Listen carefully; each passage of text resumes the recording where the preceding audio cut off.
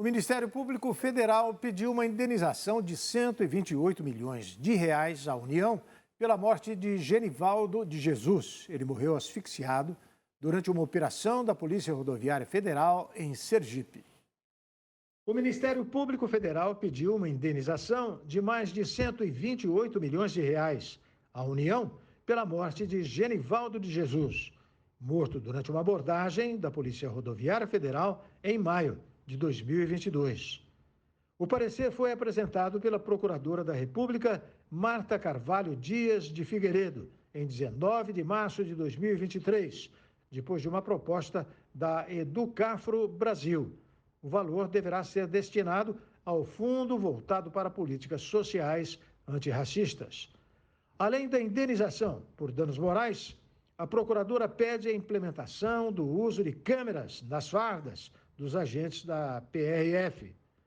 Em janeiro, o ministro da Justiça, Flávio Dino, informou que designou o secretário de Acesso à Justiça, Marivaldo Pereira, para determinar a indenização pelos atos dos agentes rodoviários envolvidos na abordagem que matou Genivaldo.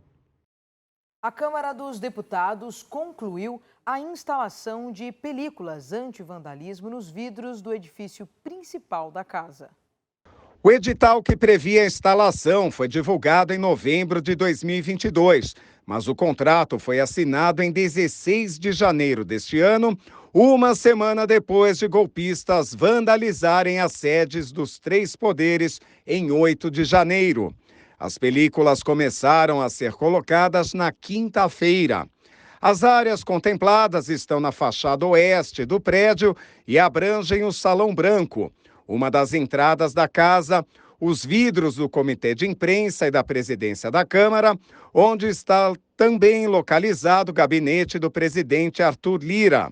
No edital publicado no Diário Oficial da União, a Câmara diz que a contratação tem por objetivo melhorar as condições de segurança na Câmara dos Deputados por meio da instalação de películas de segurança anti-vandalismo em esquadrias de vidro. A película de segurança foi aplicada na face interna dos vidros e deve ser capaz de proteger o prédio em casos de tentativas de invasão, mantendo as partes do vidro fixadas à película, além de dificultar tentativas de entrada no edifício.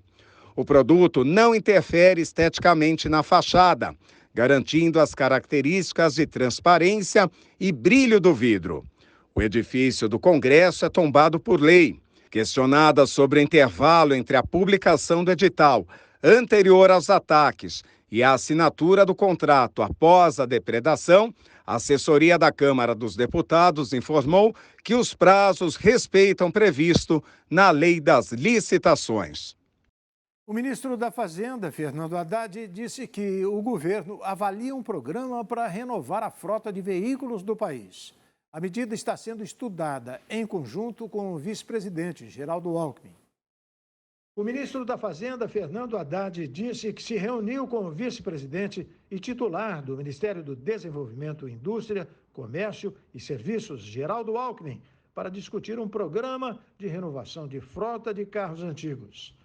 Segundo o chefe da equipe econômica do governo de Luiz Inácio Lula da Silva, os recursos seriam retirados de um fundo já existente, que é abastecido por petroleiras.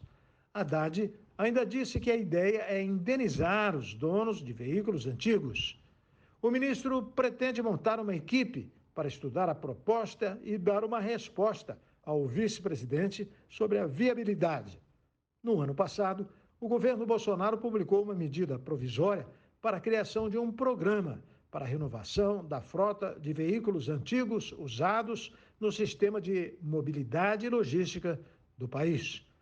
A medida visava retirar de circulação veículos que não atendessem aos parâmetros técnicos de rodagem ou que possuíssem mais de 30 anos de fabricação. Contudo, o benefício do programa se aplicava somente a caminhões, implementos rodoviários, ônibus, micro-ônibus, vans e furgões, e não a carros, como citou Haddad. A Páscoa deste ano pode gerar quase 8 mil novos postos de trabalho temporários, Segundo previsões, cerca de 20% desses contratados podem ser efetivados. A Páscoa é a época em que as indústrias atualizam seus catálogos com novos produtos para atender às novas exigências dos consumidores. A data é aguardada pelos apreciadores de chocolate e importante para o mercado de trabalho, gerando novos postos na indústria e no comércio chocolateiro. Em 2023, a previsão é que seja criado 7.900 novos postos de trabalho temporários. Desse montante, 20% poderão ser efetivados. Na Páscoa deste ano, a estimativa de faturamento é de mais de 2 bilhões de reais, conforme a projeção da CNC, valor menor que os 2,56 bilhões verificados em 2019, antes da pandemia.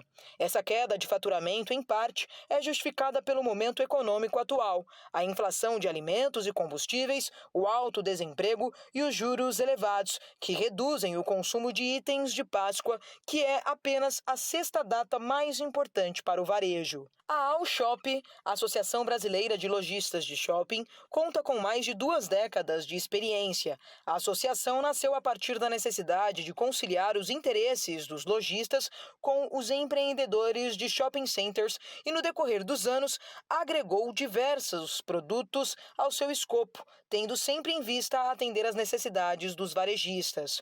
O diretor institucional da Alshop, Luiz Augusto Ildefonso, ressaltou o trabalho intenso da associação para obter informações neste período de Páscoa.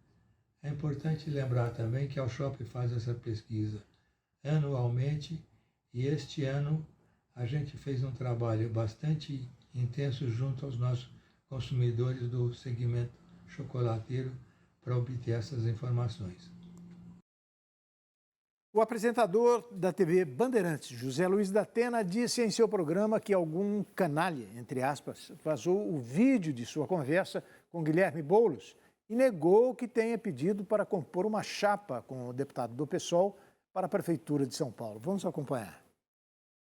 O apresentador José Luiz da Atena atribuiu a canalhas o vazamento de um vídeo de conversa sua com Guilherme Boulos, do PSOL, em que ele sugere ao deputado federal que peite o presidente Luiz Inácio Lula da Silva, do PT. Em fala durante o programa Brasil Gente, que ele apresenta na TV Bandeirantes, da Atena negou que tenha pedido a Boulos para ser vice em sua chapa, apesar do que mostra o vídeo. Um acordo, eu não pedi para Boulos, para o Boulos, que eu respeito muito, para ser vice-prefeito dele. Ele tem um acordo com o PT, que por acaso é partido do presidente Lula, para que a vice seja dele, não é verdade?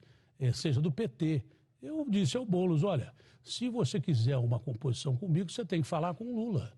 Da Atena disse que foi convidado por Boulos para uma conversa sobre amenidades na casa dele, que durou 4 ou 5 horas, e se disse indignado com o vazamento de um pequeno trecho em que se fala sobre política. Eu acho estranho que vaze uma conversa dela. Quem quer que vazou uma conversa dessa é canalha, é sem escrúpulos, uma conversa privada de simplesmente 4 horas, 5 horas, reduzida a 2 minutos e 30 segundos. Aí me parece que talvez até editada de um contexto de 5 horas e poucos minutos. Quem teve interesse disso, sei lá. Tenho certeza que não foi o Boulos e muito menos eu teria interesse. Da Atena também tentou amenizar a declaração de que não sabe se Lula aguenta o mandato até o fim. No mais, você tem interesse que o Lula termine o mandato? Tenho, claro que tenho. Porque eu estou no mesmo avião que ele. Se cair o avião, eu estou ferrado. Já disse isso aqui várias vezes. Muito bem, vamos lá. Depois do intervalo, Finlândia se torna oficialmente 31º membro da Organização do Tratado do Atlântico Norte. Trump se apresenta ao Tribunal Criminal de Manhattan, em Nova York, e diz ser inocente, mesmo com 34 acusações. O RB Notícias da Rede Brasil vai voltar daqui a pouquinho.